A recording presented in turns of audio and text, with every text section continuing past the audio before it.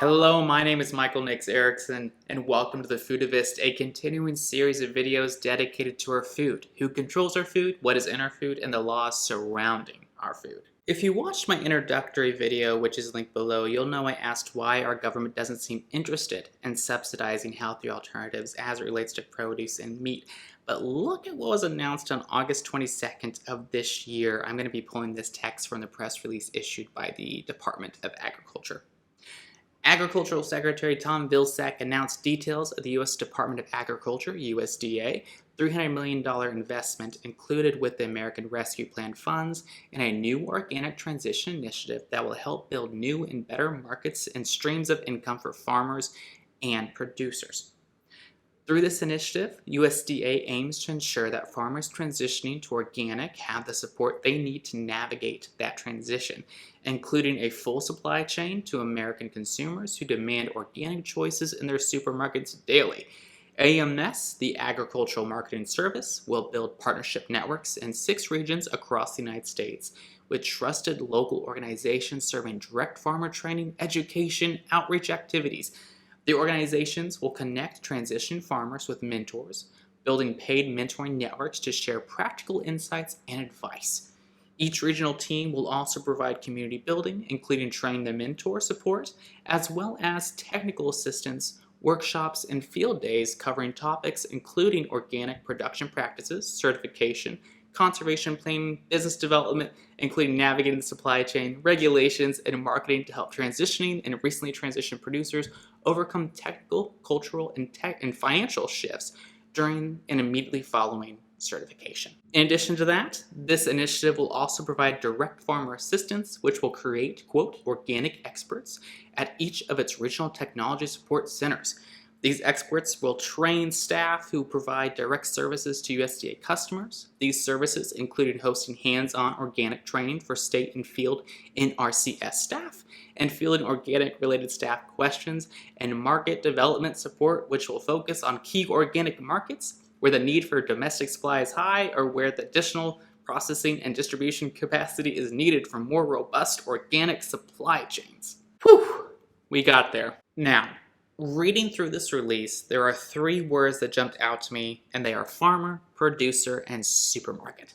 The reason why farmer jumped out to me is that I'm curious to know the size of the farm that the USDA would like to involve in this initiative.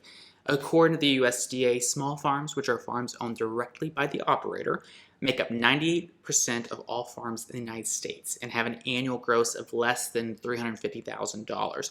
But large-scale farms, which make up only 3% of all farms in the United States, account for almost half of the value of production. Fun fact, half of the $237.8 billion in cash receipts for crops came from just corn and soybeans.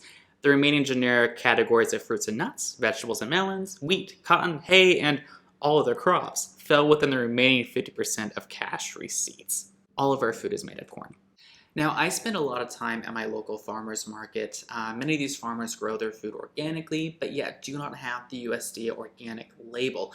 I was hoping to see that the USDA would make a dedicated effort to prioritize these small local farms with this label, as many of these farmers feel it could help them gain an even greater audience by having a third party grant them that seal. That brings me to another point. The word producer. I don't know what the USDA means when they say producer. So I reached out to them and I asked 3 questions. What does the agency define as a farmer and a producer in this release? What are the qualification requirements for the individual farmer or producer to benefit from this initiative? How large of a farm is being targeted for this initiative? Are these family farms, or are these farms with dozens or even hundreds of employees?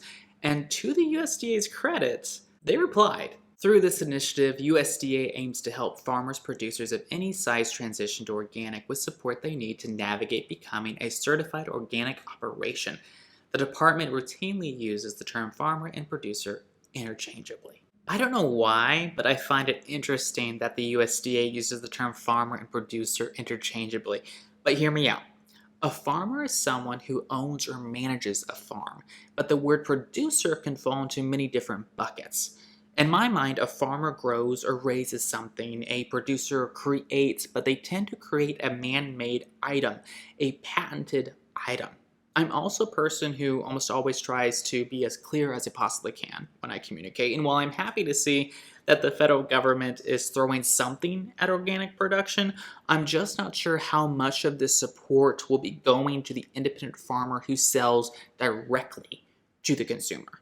The fact that the word supermarket appears in the release makes me believe that this initiative will not be targeting the independent farmer who may be engaged in a direct-to-consumer business model, but instead injects even more in ways of regulatory infrastructure. With our food system continuing to consolidate, it seems that the local farmer selling to the local customer continues to crumble. Now, there are a number of reasons behind that, which we will go into later episodes, but this initiative concerns me due to the fact that the USDA provided response is fairly high level, if that's the right word. I'm just not convinced that this initiative will provide much needed support to the local farmer.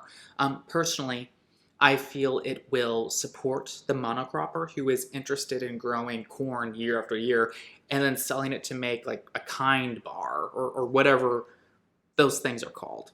I don't believe that the federal government or state governments have the desire or the motivation to encourage direct-to-consumer sales from local farms.